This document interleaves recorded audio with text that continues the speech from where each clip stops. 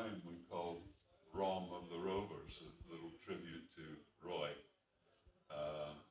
And I reread it, and it was very funny, and I thought, okay, we'll try this one. So I converted it into a 6-issue miniseries. Got a bus driver to draw it. Dan, I'm sure will tell you all about that.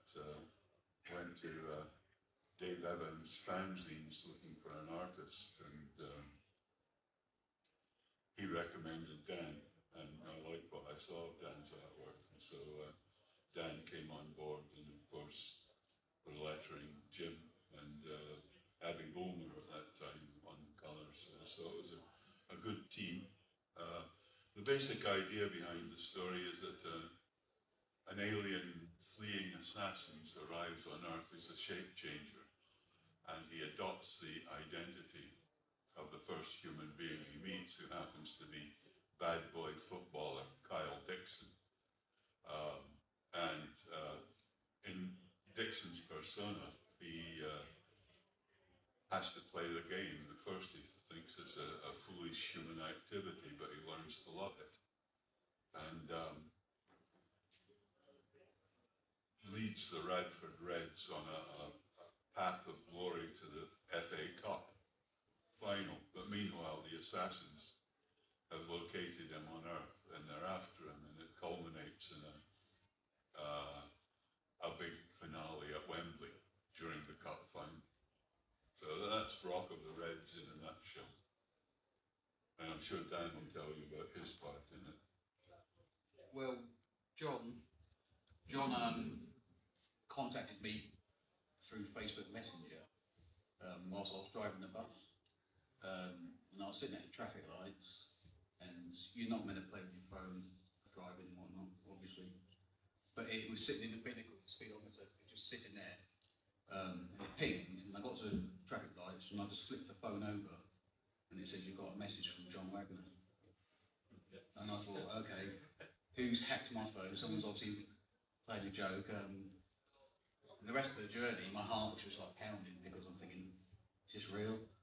And then I got to my terminus, opened the phone, and it was from John. And he just basically said, "Oh, do you like football, and can you draw it?" And I said yes to both, and I apologised to him. I said, "I'm a Man United fan. If that puts you off." He came back and he said, "No, he's a United fan as well." And then he just basically said, he goes, "I'll email you." He goes, "I got your email from Dave Evans, the late great Dave." And I got an email that evening telling me that, you know, you'd like me to work on this Rock of the Reds, this story. And but the whole rest of that day, driving the bus, it's one of those moments when you think, this changes everything. That's what I said, Judge Dredd story. It changes everything. Oh well. Yeah, so the rest of the day was just a blur. And it did change everything. I got home, saw that email, and it just went from there, didn't it? Yeah, poverty. Well, yeah, and he also said I was cheap, so it was a good. Cheapness was a good recommendation. Yeah. So that's how it kind of went on from there. Leaps and bounds since, thankfully. So, how soon did you get involved, Jim? I'm not sure, to be honest. I still don't really know how I got on this book. I recommended you. I had a feeling you might have done. We've done some little small pressy stuff, haven't we? We're doing that webcomic. Yeah. Well, thank you very much, Dan. That was brilliant. Because again, I was minding my own business, and rather unexpectedly, an email from John Wagner from line drops in my inbox, and I'm like, oh, that's a bit odd. Open it up, and it's like, fortunately, you didn't ask me if I like football. Oh, very much. That's the hard sell of this book, isn't it? But no, that's the thing. I mean, that's something I keep saying to everybody. It's like, I don't like football, and I love this book. It's great. You know what I mean? It's fantastic. I don't like football either, and I love this book. My older granddaughter, I can't work out now how old my granddaughter was when the first book came out. I think 11. She's 15 now. No, she's a bit younger than that, isn't she? But she's football mad. She loved it as much as me.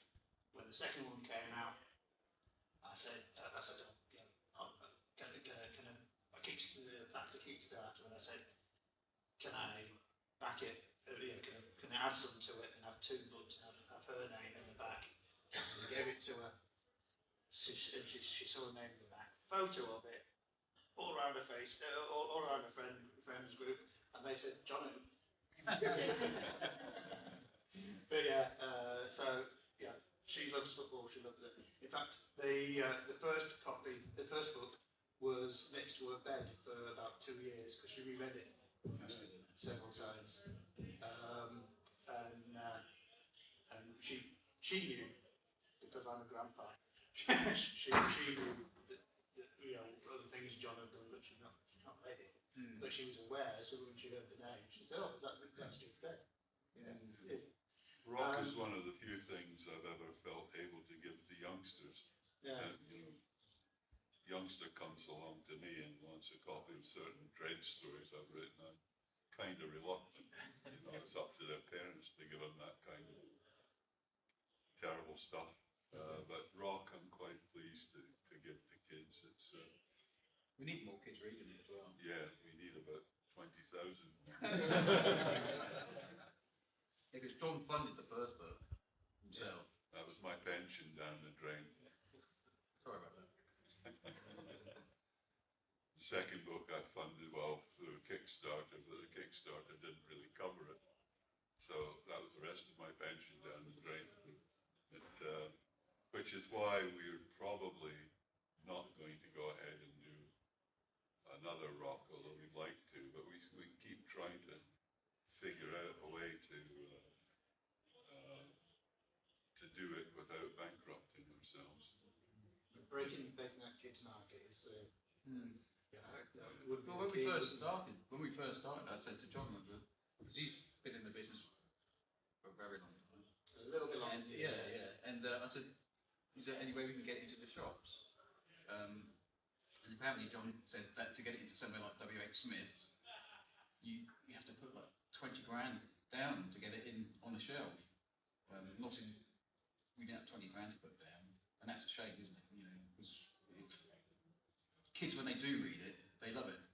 It's just getting them to the kids. It's a hard thing. Yeah. How many have actually read Rock here?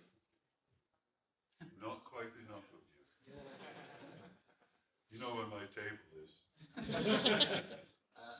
And autographs are available. Oh yes.